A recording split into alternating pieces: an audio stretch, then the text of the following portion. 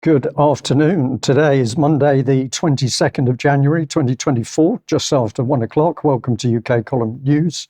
I'm your host, Brian Gerrish. I'm delighted to have with me Alex Thomson, speaking from the Netherlands, and Mark Anderson joining us from the United States. Now, we're going to kick straight off with just a little bit of an update on Ukraine. Ukraine, as far as the legacy media are concerned, certainly in UK, has slipped into the background. Talk about a frozen front, and many of the maps not updated, but the truth is that there's been a lot happening and it's not looking good for Ukraine. Now, I want to give praise to the social media bloggers who are posting some really accurate and timely information. I've always chosen a selection, but I want to thank those people for their information because it does allow us to have a very good update of the situation. I've just chosen these today, so let's come straight in. This is Free Russia channel, and the headline says it all: the situation deteriorates. And the image here that I've chosen from his excellent report is the heavily fortified city of Avdiivka. This is the city in which the Ukrainians are heavily dug in and have been for many years. And this is the base city that the Ukrainians have used for shelling civilian areas, largely Donetsk, but other places as well. What does the graphic show us? That over the last couple of days, the Russians, using Spetsnaz forces, have made some really impressive gains in the southwest, which means that they are now moving into this territory. This is another online site, HS Mapping, a rather different style, but they animate the reports with some pretty dynamic music. But what I wanted to stress here is that although we've got flags moving on the screen, what this represents is pretty vicious fighting, in much of it in close quarters. And this is the Russians penetrating some very, very heavy Ukrainian defense belts to move into the southern areas of Avdiivka itself. And this means that the Russians have now started the real battle to capture this stronghold. Viewers and listeners can consider this as Bakhmut Mark II. If we return to this screenshot from HS Mapping, what we're seeing, of course, is the scale of the front. Many people simply don't understand that we have 1,000+ kilometers of front, and there's action on a lot of that at the moment as the Russians are now moving forward and the Ukrainians are moving into defense. But this is showing us a possible Russian encirclement. And if we come back to the Free Russia channel here, the red lines are indicative of other Russian attacks, which are over to the west of Avdiivka. But of course, these are all part of securing the flanks. So we can be quite sure that the Russians are on the move here. If we look at the BBC, very significant, really nothing about what's actually happening on the battlefield. Most of this is puff piece to support Ukrainian attacks. There is a report on the Ukrainian hit on the latest hit on Russian-held territory, where a lot of civilians were killed. But I've indicated with the arrow in the bottom right here the fact that the BBC map of the war in Ukraine has not been updated since the 20th of December 2023. And the reason for this is, of course, that the Ukrainians have not moved forward at all. On the contrary, they're now beginning to suffer from a lack of manpower, ammunition, weapons, and the fact that they cannot hold in many areas the Russian advances. If we look at how Ukraine reports the situation, this is Kiev Post. And of course, the big headline here is the drone attack on the Russian gas terminal near St. Petersburg. But the reality is that this sort of attack is not going to stop the Russian progress in Ukraine or the demise of Russia on the battlefield. So this is largely a puff piece, but this is the material, of course, picked up by the BBC. If we have a look at Twitter, or X as it now is, to see what the UK Ministry of Defence is talking about, well, here we've got them gloating about the stated shooting down of a Russian AWACS, airborne early warning plane, an A-50. This hasn't been confirmed, but from my experience, if this has happened, it could have only happened by Ukraine having the full support, military support of the US and the UK. This is more of what the UK has been up to. This is Ministry of Defence talking about the training of 34,000 Ukrainians, taking them from civilians to soldiers in 5 weeks. 34,000 is the number, but the reality is that out of those, 10,000 will be dead and the remainder will be wounded. Here is a report from Military TV, one of the channels really delving into the casualties. This is the claimed casualties on the Russian side. Notice the fatalities there, 120,000. What nobody wants to talk about is Ukrainian casualties and Ukrainian obituary figures mentioned recently, 408,000. And the statement is that these are reports from within papers in Ukraine itself. Meanwhile, let's have a little look as to what Grant Shapps, Secretary of State for Defence, has been saying.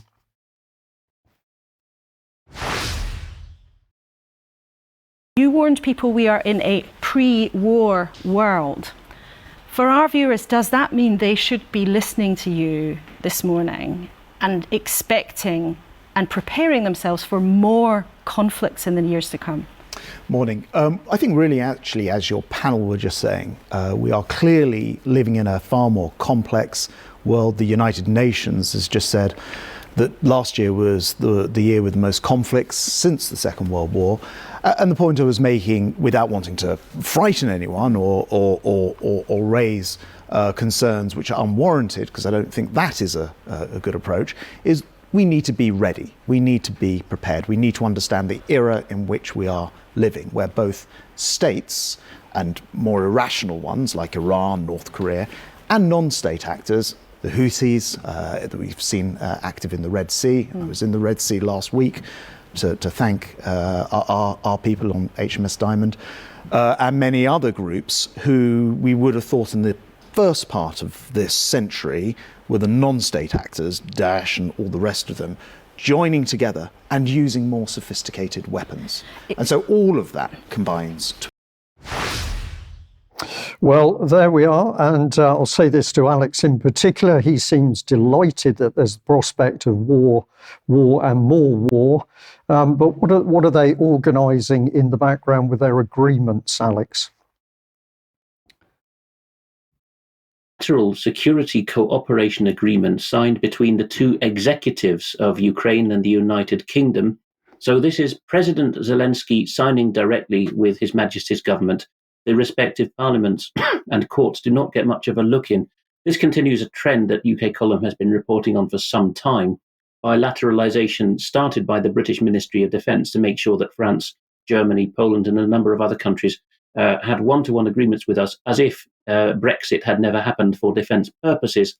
I found that there was some highfalutin language in the recitals, but looking at the meat of the text, there's many parts I could pick out, and viewers are very welcome to go to the show notes and read this properly to pore over its 8 or 9 main sections.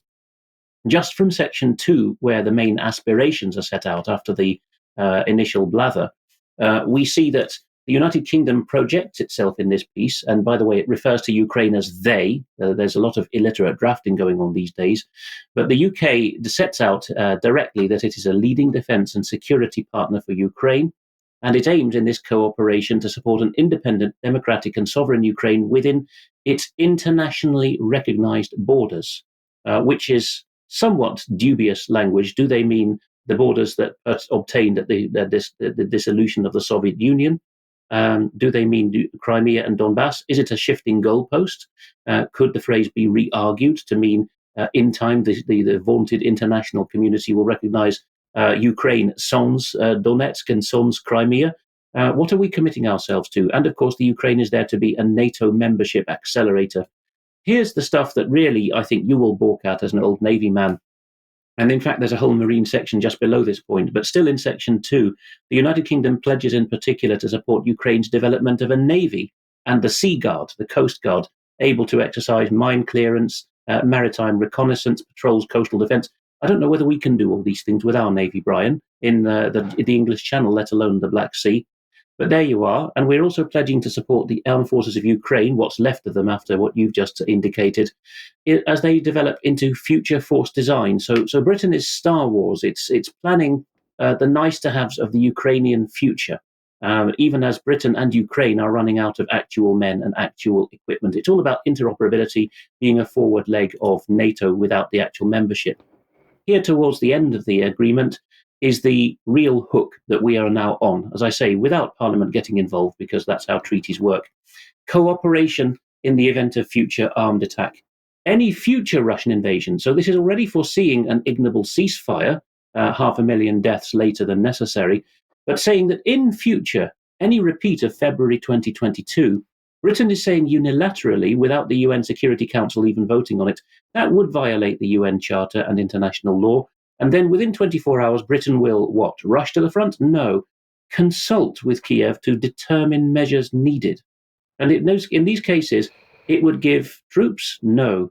Security assistance, military equipment, economic assistance. So blank checks for manufacture of local military goods with British intellectual property made in Ukraine, which is outlined elsewhere in this treaty, and sanctioning Russia. I don't know how far this is really likely to go, but we're not alone in this. The French press has been saying that now the British have signed a security agreement directly with Kiev, perhaps foreseeing that NATO and the US will be out of the game soon with the current Ukrainian regime. The French have now saying we should do likewise. And while that's not mentioned in this piece by Le Parisien, it is mentioned elsewhere. And what is Le Parisien saying here? It has an interview with the French Armed Forces Minister, Sébastien Lecornu, who says we have to hold on in our military support to Ukraine. As the interview progresses, he says, I'm sick of these stories of exhausted stocks in Western military arsenals. What I need to do now is be a matchmaker. So Mr. Lecornu's job as a minister now, I think he's speaking for other continental and Anglo-Saxon governments as well, is he's saying, I will get my manufacturers, in his case, the ones in Bergerac in the southwest who produce the cannons, the Caesar cannons, I'm going to put them directly in touch with the Ukrainians and see what they can sort out for themselves. So in the piece, Mr. Lecornu says that he wants to produce 78 of these big 155mm Caesar wheeled self-propelled guns, the kind that would perhaps replace what's being pummeled in Avdiivka. It's noteworthy, says the piece, Le Parisien, that France itself has fewer of these cannons in service than were announced in production for Ukraine. And indeed, the military analyst who sent this to me said in his own right the following. For reference, the French production rate of Caesar was less than one a month prior to the outbreak of the war, which Nexter, the French manufacturer of Caesar cannons, claims to have increased, you can read the piece for the claims, to 8 in 1 month. So the order of 78 would take 10 months to fulfill, even if the French funding is there and even if Nexter can keep up the additional pace, which is questionable. France itself will be depleted. Likewise, the Germans are doing similar things with Israel, which we'll get to later. They're pledging their stocks directly to that war zone. While this is all going on, we shouldn't forget that last year we drew attention to this, that Chatham House, the supreme think tank, had already told the British government over its own head that it was going to have a new momentum for British-French defence cooperation. So there's a triangle going on here. If the French sign such an agreement, it will be a three-way. What skin does France have in the game? Well, here's one sobering issue, which is just to be borne in mind in closing. The names on screen is too small for most people to read, but these are the French citizens who perished in Kharkiv recently in the International Legion to defend Ukrainian territory. And in amongst the Caucasian names there, Zurab Akhalkatsi, a Georgian, Hussein Arsmuzaev, presumably a Chechen, you do have lots of native-born French of French stock as well, who've been sent to die in this. Again, under the radar, France would claim this was nothing official, but the same is true of any Western country, losing men by the dozens now in these foreign legions. Alex, thank you very much for that. And of course, those Caesar guns not lasting long on the battlefield and not liked by the Ukrainians themselves because of their inability to cope with the very muddy conditions, having wheels as opposed to tracks. Well, we'll have more to say about Ukraine, but let's bring Mark Anderson in. And Mark, we're still on the subject of treaties. Yeah, very much so, only of a different sort. And James Roguski, the noted LA-based researcher that's really been doing yeoman's work on scanning the content and progress of the pandemic treaty and the international health regulations, he's got this posting at his blog. It's time to yell at the U.S. government, and it cannot be overstressed, Brian, that day is today. We're right on a deadline, and the time difference is in favor of UK and European viewers. Let's move on from that. Why should we yell at the U.S. government? Well, let's find out. A little something I wrote here. Silence is consent, LA-based WHO researcher James Roguski said regarding much-needed public input on the proposed pandemic agreement or treaty. Roguski has announced that any concerned person anywhere in the world has an urgent opportunity today, Monday, the 22nd of January, to email the Office of Global Affairs of the U.S. Department of Health and Human Services. The deadline is 5 p.m. U.S. Eastern Time today, which is 10 p.m. today UK time, and a bit later throughout Europe. Check the time differences to confirm, etc. Moving on from there, a little more substance to this from the website of James Roguski, jamesroguski.substack.com. Roguski is R-O-G-U-S, like Sam, K-I. Everyone on Earth is invited to submit your written comments via email to oga.rsvp@hhs.gov. This will be in the show notes before 5 p.m. Eastern U.S. time today on Monday, January 22nd. Quote, it has to do with written comment regarding implications of access and benefit sharing, commitments/regimes, and other proposed commitments in the WHO pandemic agreement. And we'll go on from there. This is a little more. I can cherry pick this a little bit. This is James Roguski's writing. The tens of billions of dollars that might potentially be spent on pandemic prevention, preparedness, and response would be much better spent, in his opinion, ensuring that safe, potable drinking water and sanitary removal of wastewater be provided for everyone on Earth.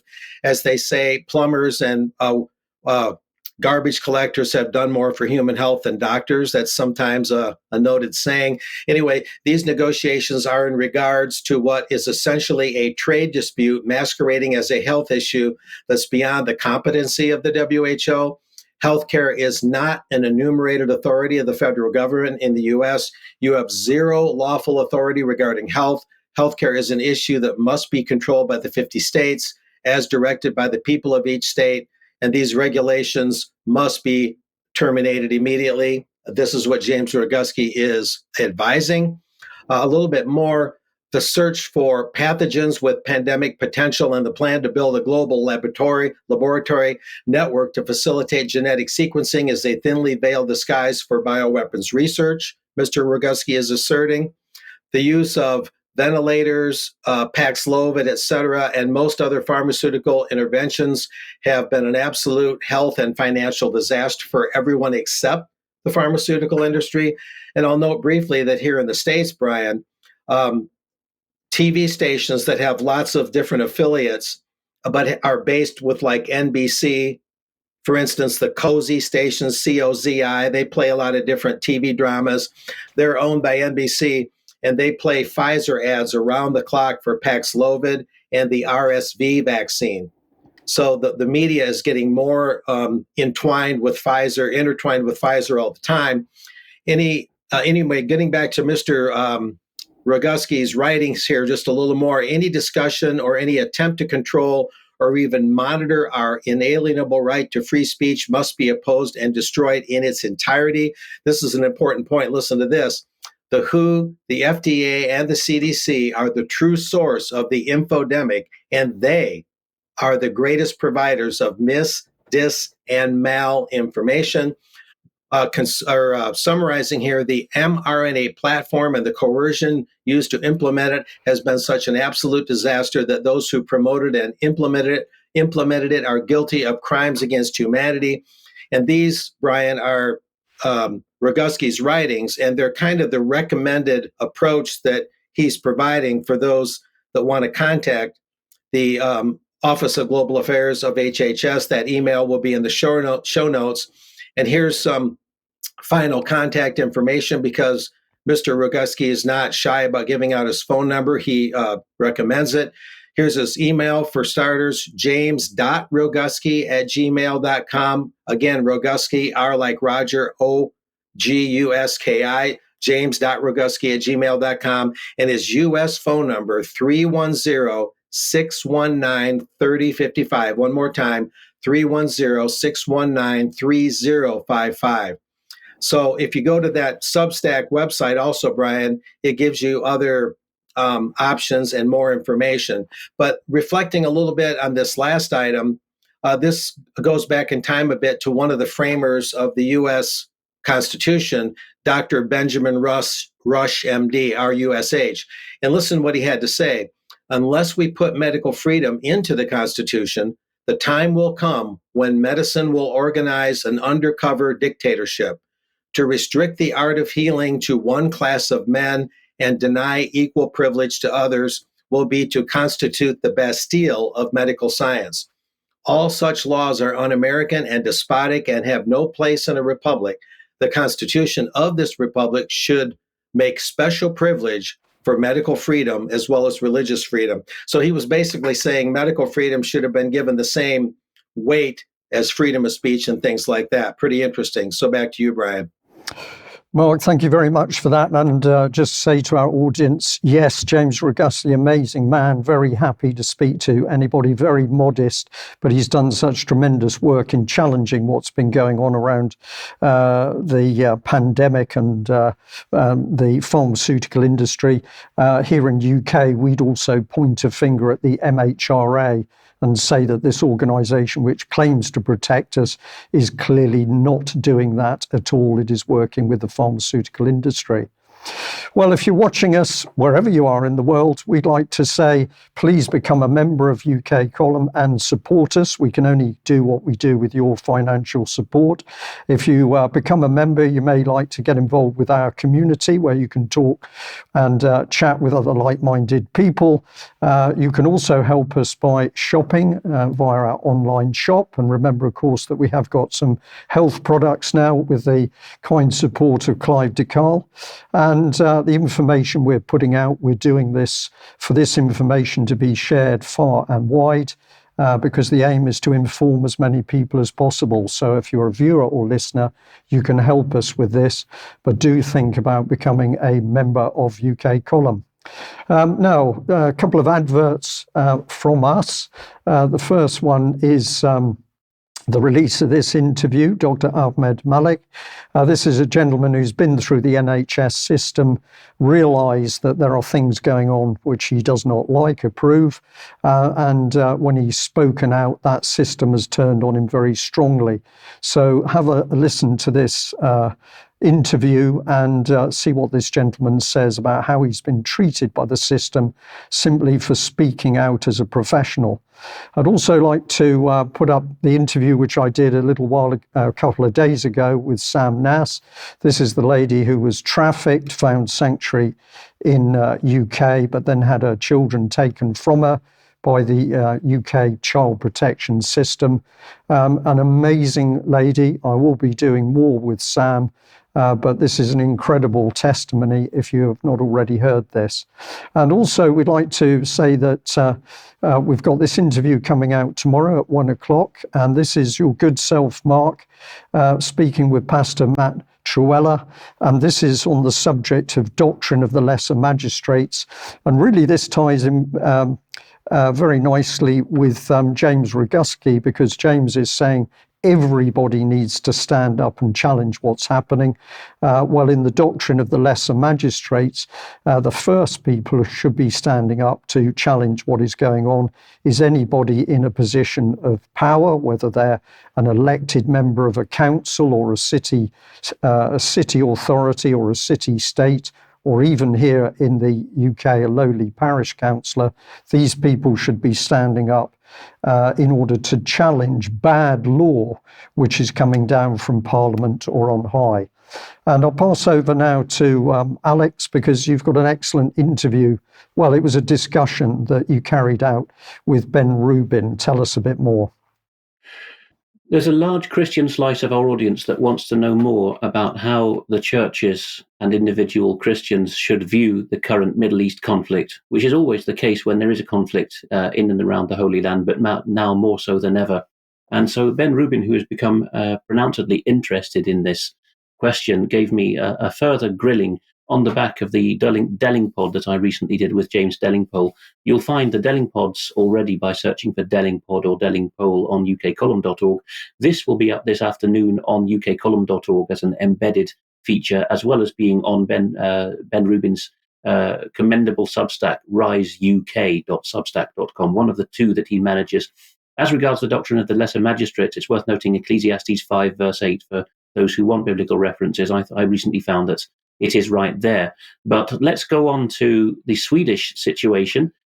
We see that Peter Emanuelsson, known as Peter Sweden for his reporting, who tends to be ahead of the curve in reporting what's going on in his native land, has got two pieces on his blog, which he both labels huge. Now, people might not like the screaming style of that, but he's rarely out of kilter when he mentions these things. What he's following here is that the Swedish scene has completely changed politically. Although it's a notoriously social democratic country, the countries around the Social Democratic Party are no longer in office. There is a coalition of Christian Democrats, liberals and moderates, with a toleration arrangement or confidence and supply arrangement, we call it in Britain, with the Sweden Democrats. These are Jimmy Åkesson's party, well known for their strident, trenchant opposition to globalism in its many forms. Because they are holding the purse strings at the moment with their votes in the bag, the confidence and supply agreement, the Sweden Democrats have an outsized influence on the course of the government and parliament in Stockholm. So first of all, Peter Sweden reports that Sweden is scrapping its Agenda 2030 goals. Now, cynics might say, well, they've got there anyway, so this is just a post hoc or after the fact thing. But he's reporting there, let's put it back on screen, that the crucial thing is that they're turning off the lifeblood to the local councils, the municipalities and regions, which, as we've often reported in all the English-speaking countries, is where the action is to implement Agenda 2030. And over the Christmas break, the government removed Agenda 20 goals, even from the national arm's-length executive agencies, energy, chemicals, water management, food, etc., those that have a huge influence over people's lives in Western countries. And here's the original source from Aktuell Hållbarhet, reporting that the government is scrapping Agenda 2030 goals. This is a scrap. De heer en skrotning. So it's as straightforward as that. Peter Emanuelsson's translation of the key paragraph by Martin Kinnunen, who speaks on these matters for the Sweden Democrats, is there is no value in Agenda 2030 work, and we welcome this scrapping. So it can be done. Likewise, he's reporting another development in Stockholm. Mr. Emanuelsson reports that, who would have thought it, the last country in the world you would have expected.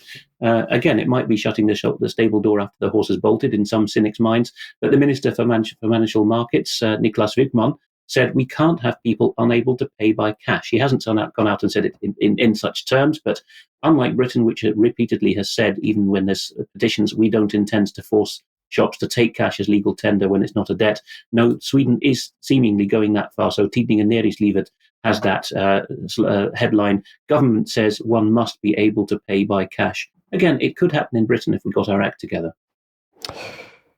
Okay, thank you very much for that, Alex, and good to see people challenging the system. Let's bring Mark back on, and what have we got going on with Davos, which of course is the seat of a lot of Agenda 2030 and other material. Is a little too much, right? Too much to stomach, sometimes too much to comprehend. Of course, that's that annual confab in the hills of Switzerland in Davos. And it just wound up, in fact, the 2024 get-together. Here we have one of the noted mRNA inventors, basically, but critics of the COVIDocracy, Dr. Robert Malone. He's been right up there with Peter McCullough, right from here in Texas. And this is from Malone's Substack, rwmalonemd.substack.com. Disease X, the mysterious Disease X, and the corrupt Lancet. Of course, that's the medical journal. The globalists launched their new weapon to take over the world, and this is Mr. Malone's writing. It is Davos World Economic Forum week, which just wound up, and the mass media cartel, as I call it, hysterical propaganda push from the globalists regarding Disease X is in full swing.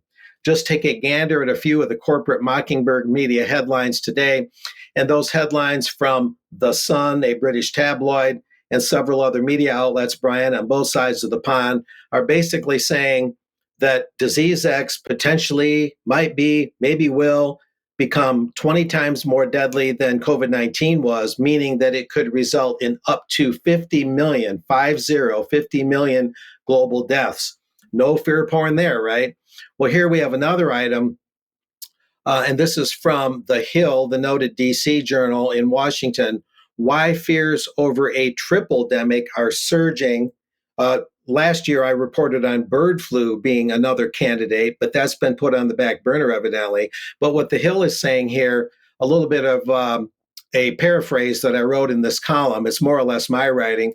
Cases of 3 major respiratory viruses, the flu, the conventional flu, COVID-19, and RSV are surging in the U.S. That's RSV, pushing the country toward a feared tripledemic during its first post-pandemic respiratory and viral season. Optimism was high this autumn as the U.S. headed into the viral season, but now confidence, we're told, is waning. Accessing the vaccine for RSV or respiratory syncytial virus has been a struggle for many, and enthusiasm for the new COVID-19 vaccines turned out to be abysmal. Oh, how terrible the new vaccines weren't as popular as we were told. COVID-19 hospital admissions allegedly, have been rising since November, and wastewater detection indicates most sites, 69%, are seeing large increases in virus levels. So the fear porn is going up appreciably. And now we have a little something from your friend and mine, the Director General of the WHO, Tedros, and I believe we have a video clip, and I can comment a little bit after that. And of course, it's our honor always to have Dr. Tedros with us, the Director General of the World Health Organization. And Dr. Tedros, may I ask you to answer that very simple question to start with? Thank you. Can you rephrase maybe the question? Yes, of course. At the highest level, what do you think health systems should prioritize for an effective response to a potential crisis? Yeah, I think that's a big question, but I would like to start with especially the disease X. It's attracting a lot of attention, and I hope you have seen in the social media. But it's not a new idea. The first time we used the terminology was in 2018. The discussions were in 2017. I was just new Director General. As you know, we annually list the emerging diseases. And MERS could be one, Zika, Ebola, those we know. But then we said, there are things that are unknown that may happen. And anything happening is a matter of when, not if. So we need to have a placeholder for that, for the disease we don't know that may come. And that was when we gave the name Disease X.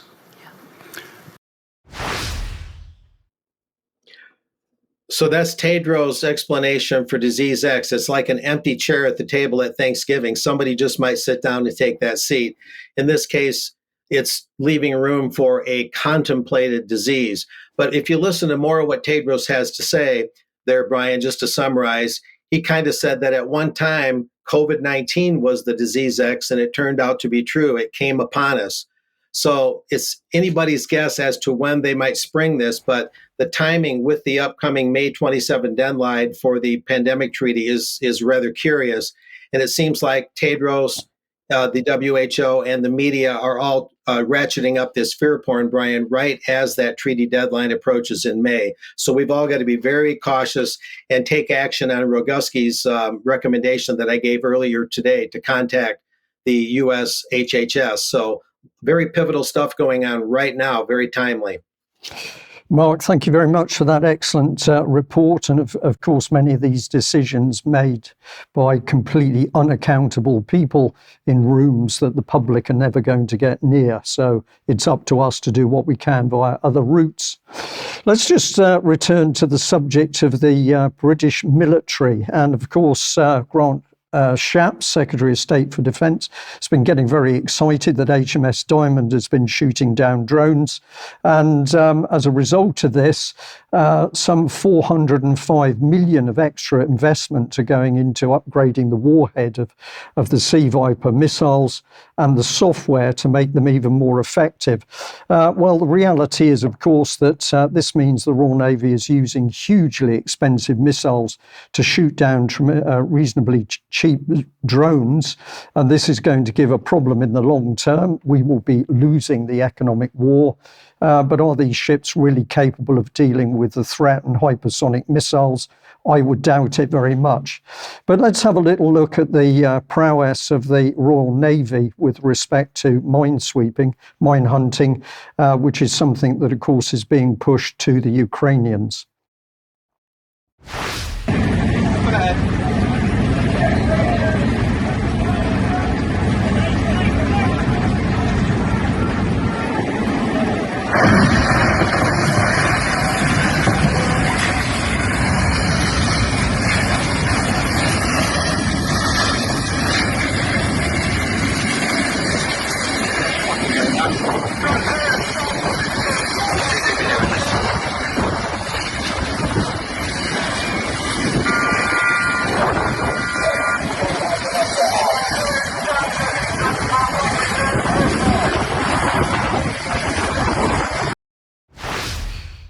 Well, there we are. Pretty unpleasant collision between HMS Chiddingfold, which was the ship going astern, and HMS Bangor, which was the ship alongside. Some pretty horrific damage done. We can have a look at this photograph shown in the sun. So major damage to the whole of HMS Bangor, and this is going to take considerable time to check out and repair. What's the cause of this? Well, the Ministry of Defence at the moment is saying it was some form of mechanical breakdown, but of course we just don't know. But certainly the conditions for the manoeuvring of those two ships, very calm, and that shouldn't have been a problem for them at all. So we wait to see what the Ministry of Defence has to say. But as you'll see in this segment, the UK military in deep trouble right the way across the three services. I just took a look at the profiles of these two ships. Chiddingfold on the left, a Hunt-class mine hunter, beg your pardon, and HMS Bangor, a Sandown-class mine countermeasures vessel. Nothing has been said from the end of last year. And so we haven't got any updates directly from the ships themselves. But what I'll add to this is this report from Shepherd, which talks about the Royal Navy decommissioning mine hunters ahead of transfer to Ukraine. So I've put a title in there, UK warships given away. But this is the reality. We haven't got enough military equipment to defend UK, but we've always got military equipment to be given away to other nation states, particularly Ukraine. Remember also that over the last few days, we highlighted the tragic state of the Royal Navy, where they'd been forced to advertise for a rear admiral to run submarine operations. I find this very difficult to say because it's almost unbelievable. Not only submarine operations, but our nuclear deterrent. The only way they could think of finding somebody suitable was to advertise on LinkedIn. This, to me, shows complete breakdown of the UK military. But we've got other people warning about this. Let's have a look at this little video clip with Marc Francois, former Armed Forces Minister. The army is like a patient bleeding out on the table in the operating theatre. If we can't stem that loss of blood, eventually the patient will die. This is really, really serious. I'm not crying wolf. I've been told this privately by very senior officers within the Ministry of Defence who can see what is happening. In 10 years' time, the British Army will have only 50,000 soldiers. That is small enough to fit inside Manchester City's football stadium. The projections by the Times are based on the current rates of the loss, really, of army personnel, i.e. a recruitment crisis. European and American generals have now questioned whether the UK can still be considered a top-level fighting force. Our greatest weakness now is not all the procurement disasters of the last 30 years, about which there have been legion reports.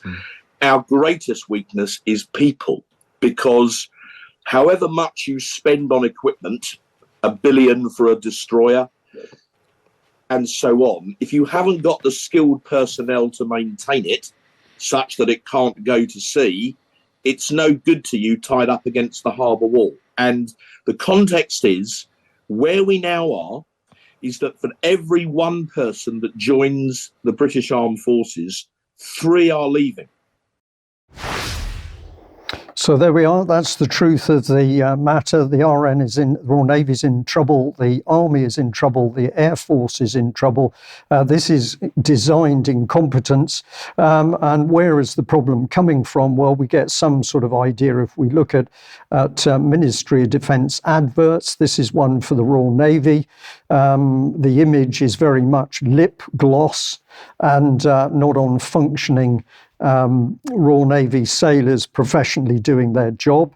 This one is incredible because it's basically from the website talking about the Royal Fleet Auxiliaries. These are the support ships for the fleet. And I've said that the Ministry of Defence lies to the public about these ships. And of course, they absolutely are lying, because if we look at the report, which we also mentioned a few days ago from the UK Defence Journal, the headline is Britain has 0 active naval supply ships for the first time. I'll just run this on screen very quickly because this is the text talking about what's going on. So not only have we not got these supply ships operating, we can't operate the aircraft carriers properly because we don't have those supply ships. Meanwhile, on the websites presented to the UK public, we're talking as if we have a fully functioning fleet. Alex, just very quickly, it's almost getting difficult to comment on this because it is lies, misinformation, and more lies coming out of the Ministry of Defence. At the same time, we're talking about standing up and almost having a world war with Russia. Yet there's nothing new under the sun, Brian. War with Russia started to be a drumbeat we heard 20 years ago when I was at GCHQ.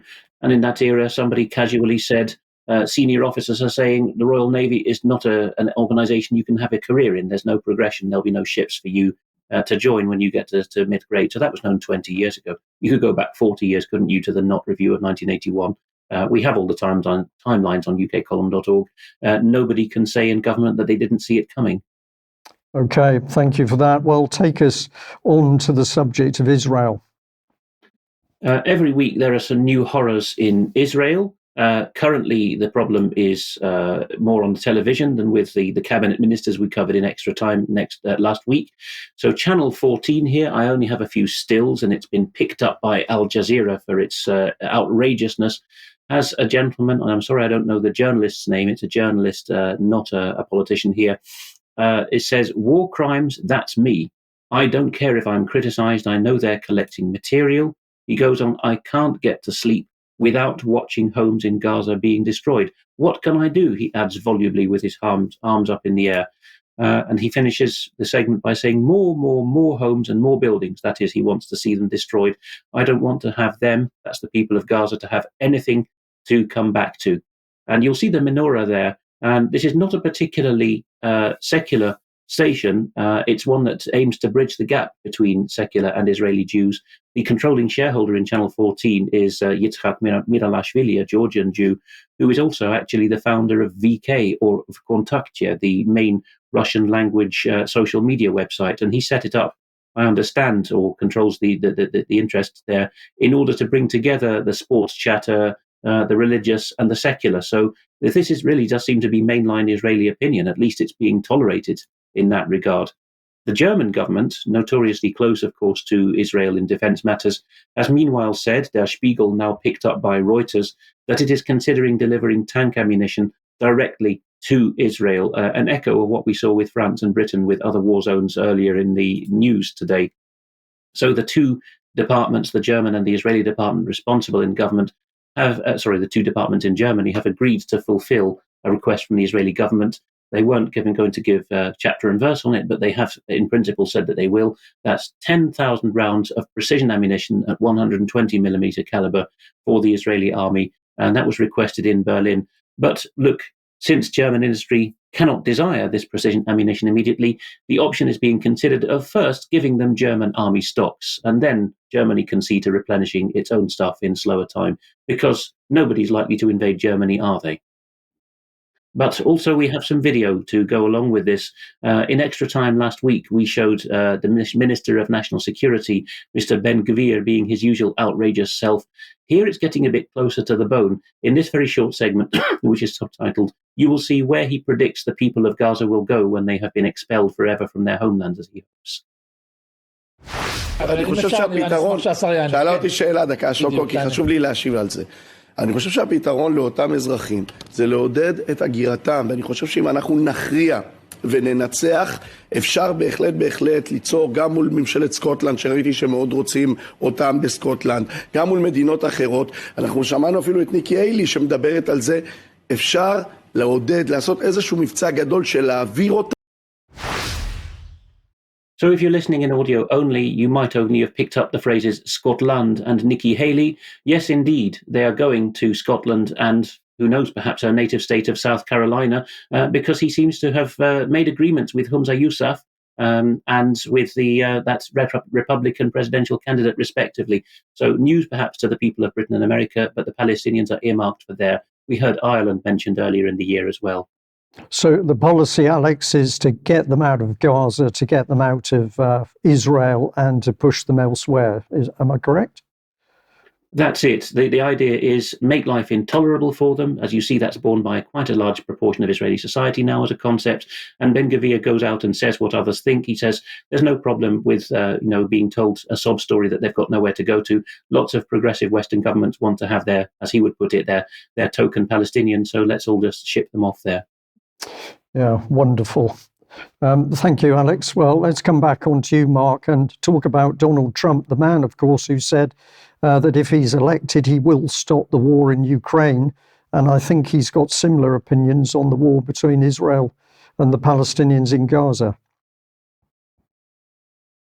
And Trump is a back channeler. He'll tell the public and the press one thing, but he does his back channeling to a degree. I know that partly from knowing his good friend, Sheriff Joe Arpaio.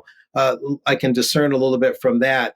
And had Trump been president, I don't think what's going on in Gaza would be happening, in my opinion. Now, that might be a stretch, but that's just my opinion. Anyway, we have a slide here. Trump, like him or not, good or ill, is making some amazing strides and may be capturing one of the earliest GOP nominations for president in history. Here we have Trump Trounces in Iowa. Both Vivek Ramaswamy, there I got that right, and Ron DeSantis drop out, and they're both backing Trump. When Vivek stopped running to back Trump, he used the words, and they got together in New Hampshire right after Iowa, he used the words permanent state, deep state, and shadow government, talking to a very enthusiastic public in the wake of Trump winning Iowa. Trump won Iowa with 51% of the vote. The other 49% was divided by DeSantis at just over 21%. Nikki Haley, who's barely still in the running, 19.1% in Iowa, and Vivek at 7.7%. So that leaves only Nikki Haley and Donald Trump. A brief comment about what Vivek said to the public there. It's interesting that he'd use deep state, permanent state, shadow government, because what that says, Brian, is even if he's just playing the public, I don't think he is, but even if he's just tickling their ears and telling them what they want to hear, it's interesting that they have to talk to the public that way to get their interest. In other words, it's become mainstream in a presidential primary, a very high-profile thing, with all of this televised on national mass media cartel stations. It's become mainstream to talk about deep state, to talk about permanent state, to talk about shadow government. even 5 to 10 years ago, those things would have practically been spiked from any national mainstream coverage. So that's an interesting dynamic in and of itself, regardless of the candidates and what you may think of them. But anyway, just moving on with one more item in this report. Well, actually two. This is one of them. Reuters, our friends at Reuters did a fact check. U.S.-born Nikki Haley is eligible to be president based on citizenship. And without going into a lot of detail, what this gets into is trying to debunk a Gateway Pundit article which merely explored the question. It did not come down definitively. It just merely explored the question as to whether Nikki Haley would be eligible to run for president, because when she was born in the early 70s, both her parents were Indian nationals and had not become naturalized in the U.S. So there's, if the two parents are not born in the U.S. and the kid is simply born on U.S. soil, should that person be eligible to run for president? The 14th Amendment is considered, and the 12th Amendment, which has to do with how the U.S. elects the vice president and president, that's also considered. So there's this debate, but Reuters treated it like Gateway Pundit was being definite. All they were was exploring the question, is she eligible or not, exploring her background. And that's something that vexed Barack Obama, Ted Cruz, and the current vice president, and others over time have had that same question, even John McCain. Are they eligible to run for president based on their birth? So this is not the first time this has happened. And one other parting item of interest here, Brian, is Representative Justin Amash, right from Battle Creek, Michigan area. He used to have Gerald Ford's old seat in the U.S. Congress. Gerald Ford was known to be on the Warren Commission on the JFK thing. Well, Justin Amash bowed out of Congress in the around 2020, 2021, and he's considering a Senate run. And I'll just give a brief read here. Former Michigan Congressman Justin Amash is born of Syrian and Palestinian parents. He lost relatives in an October 2023 Israeli airstrike and a church in Gaza, and he's seriously considering a U.S. Senate run. His father's family was displaced in the 1948 Nakba. So interesting that Justin Amash, who I met in 2012, had the pleasure of meeting him at a town hall meeting. Interesting that he's considering a Senate run of Palestinian heritage. So that's something else to watch besides just the presidential drama. So there you go, Brian, back to you. Mark, thank you very much. Incredible times that we're living in. Incredible end of the world. Alex, over to you. Yes, I'm glad to see that in the Q window you're able to read the German there very well. Just to remind people of only 1/4 of Der Spiegel's front covers which have ever covered Mr. Trump. So if there is a shadow government, it uses organs like this in each country, and in Germany that would definitely be Der Spiegel. So the previous 19 covers have all been from the 2016-17 timeframe, or at least from that presidential term. So he was a flaming fireball or meteor. He was the end of the world as we know it. Then he was a crazed, blood-soaked head chopper with a knife, proclaiming America first. And none of this was counted as libel, of course, in Germany. He was a Ku Klux Klan devotee, initiate at some point. He was also a screaming guerrilla climbing the Washington Monument. But here we are, cover 20, and the show notes will include a link to all 20 titles, or at least the previous 19, which Der Spiegel is quite proud of, actually. But the new one, not on that list yet, is this, Dictator Trump, a scenario. So they're now telling us that he's going to be a dictator. And a lot of people do seem to have it in for Mr. Trump at this stage, because as Mark's just reported, he's cleared the decks to be the shoo-in for the Republican nominee.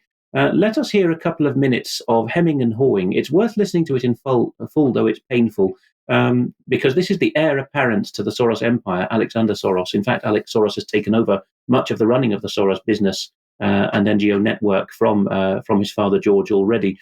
Here he's asked, what about democracy? And he makes a number of admissions, and towards the end he proved himself completely unable to string a sentence together about why he doesn't like Mr. Trump. But have a good listen to what he's had here at Davos. I don't think that's the fundamental. I don't think the technology is the fundamental issue in democracy. Democracy is messy. Democracy is about contestation of ideas. It's about plurality. It's about people having different truths, actually. Now, fundamentally, how society lives together civically in those contestations is obviously quite tricky. But I think that if we play too much on this disinformation card, we're taking responsibility away from ourselves to actually create a narrative that inspires people to vote and to believe in democracy and democratic institutions. And on the institutional part, I think that we can talk about institutions as these abstract things, but institutions are also about people. Mm-hmm. And we just heard this point about untrustworthy people, and we talked about things in the United States like checks and balances, which aren't written anywhere but are customs. And one man, Donald Trump, literally came in and just took that all away. But when I see this, when I look at this, more globally regarding democracy, I also say to myself, when was this great time that everybody got along so well and things were going so great? I mean, I think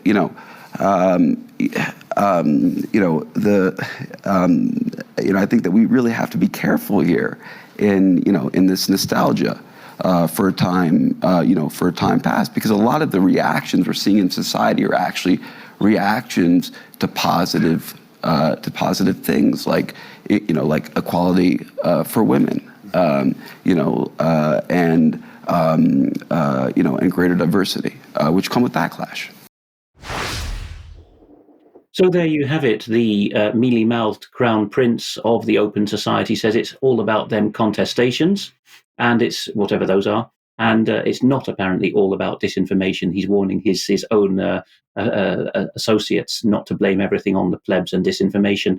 Perhaps he got his gift of the gab from this shamanic incantation, which also happened at Davos. This is just a few seconds of Chiefess Putani Yawanawa from the western Brazilian Amazonian state of Acre, performing some kind of rite on the stage at the WEF. Anturma chayanu na nukamahu anuri nukamai nukamwaka na anuri no yuyuwa na wahon shinan vupanke tu shinan shavawaki shinan mukikirani tsai shavakirani tsai mukikirani awama wanana no mawono wai sharai